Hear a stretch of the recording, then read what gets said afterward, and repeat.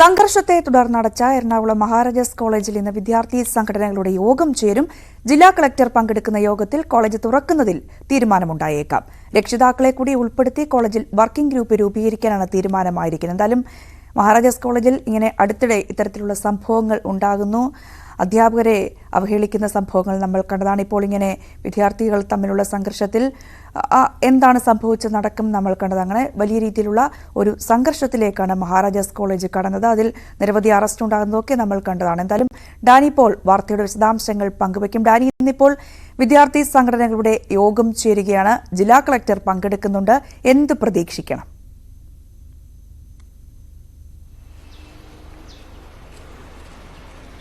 രഞ്ജിനെ, Maharajas college തുറക്കുന്നത് സംബന്ധിച്ച വലിയ രീതിയിലുള്ള ചർച്ചകൾ നടക്കുന്നു. പക്ഷെ അവിടുത്തെ ഒരു സമാധാന അന്തരീക്ഷം നിലനിർത്തുക എന്നതാണ് ഏറ്റവും പരമപ്രധാനമായ കാര്യം. അതിൽ വിദ്യാർത്ഥികളുടെ ഭാഗത്തു നിന്നുള്ള ഒരു സഹകരണം, വിദ്യാർത്ഥി സംഘടനകൾ തമ്മിലുള്ള ഒരു സംഘടനം ഉറപ്പുവരുത്തിയാൽ മാത്രമേ ഇക്കാര്യം സാധ്യമാകൂ എന്ന് എല്ലാവർക്കും തന്നെ അറിയാം.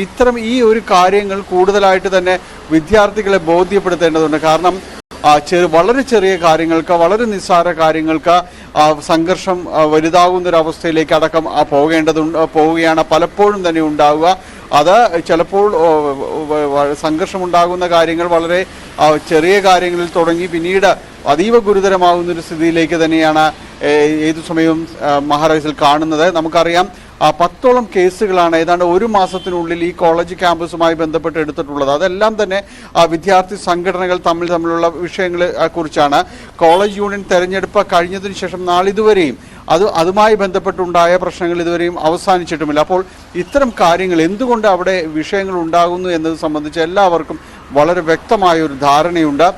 അതുകൊണ്ട് തന്നെയാണ് വിദ്യാർത്ഥി സംഘടനാ നേതാക്കളുമായി ബന്ധപ്പെട്ടുകൊണ്ട്, യൂണിയൻ നേതാക്കളുമായി ബന്ധപ്പെട്ടുകൊണ്ടുള്ള ചർച്ചകളിലൂടെ മാത്രമേ ഇത് പരിഹരിക്കാൻ കഴിയൂ എന്നുള്ളത് ബോധ്യമായിരിക്കുന്നത്. തുടക്കത്തിൽ തന്നെ ഈ വിഷയങ്ങളെ അഡ്രസ്സ് ചെയ്യാൻ അധ്യാപകർക്കടക്കം കഴിയേണ്ടതുണ്ട്. കൃത്യമായ നടപടികൾ പക്ഷപാതമില്ലാതെ തന്നെ നടപ്പാക്കിയാൽ മാത്രമേ മഹാരാജാസ് കോളേജിനകത്ത് സമാധാന അന്തരീക്ഷം തുടർന്നുകൊണ്ട് പോകാനായിട്ട് സാധിക്കുകയുമുള്ളൂ.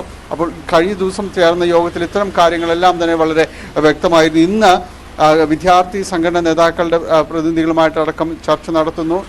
അതോടൊപ്പം തന്നെയാണ് 24-ാം തീയതിയും ഈ സമാനമായ രീതിയിൽ തന്നെ ചർച്ചകൾ നടക്കുന്നുണ്ട്. ഇതിൽ ഏറ്റവും പ്രധാനപ്പെട്ട കാര്യം ഇന്ന് രക്ഷിതാക്കളെ കൂടി ഉൾപ്പെടുത്തിക്കൊണ്ട് ഒരു വർക്കിംഗ് കമ്മിറ്റിക്ക് രൂപം നൽകാൻ കഴിഞ്ഞ ദിവസം ചേർന്ന യോഗത്തിൽ ധാരണയായിട്ടുണ്ട്. അതിൽ കൂടുതൽ കാര്യങ്ങൾ, ഇത്തരം കാര്യങ്ങൾ, ഈ വിദ്യാർത്ഥികൾക്കെതിരെ ഉണ്ടാകുന്ന നടപടികൾ, തുടർച്ചയായ കാര്യങ്ങൾ, ഇതെല്ലാം തന്നെ ഇവർക്ക് കൂടി ഉൾപ്പെടുന്ന വർക്കിംഗ് കമ്മിറ്റി ഗ്രൂപ്പിൽ കൃത്യമായ രീതിയിൽ തന്നെ കാര്യങ്ങൾ പറഞ്ഞ് മനസ്സിലാക്കിക്കൊണ്ട് മുന്നോട്ട് പോകണം. ഒപ്പം തന്നെ ID കാർഡ് സംബന്ധിയായ കാര്യങ്ങൾ പലപ്പോഴും മഹാരാജാസ് കോളേജിൽ പല വിദ്യാർത്ഥികൾ പുറമേ നിന്നുള്ളവരുണ്ട്, പഠിച്ചു പോയവരുണ്ട്, ഒരുപക്ഷെ വളരെ കാലമായി പഠിച്ചു പോയവരും പിന്നീട് പലപ്പോഴും ക്യാമ്പസിലെ നിത്യ സന്ദർശകരാകുന്നു എന്നുള്ള കാര്യങ്ങൾ. അപ്പോൾ ID കാർഡ് അടക്കമുള്ള സംവിധാനങ്ങൾ വളരെ കർശനമായി നടപ്പാക്കുക.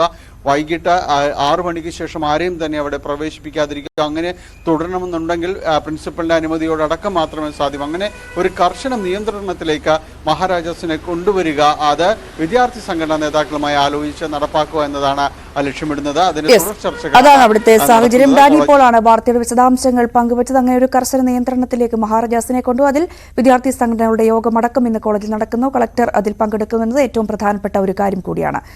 മറ്റു വാർത്തകളിലേക്ക്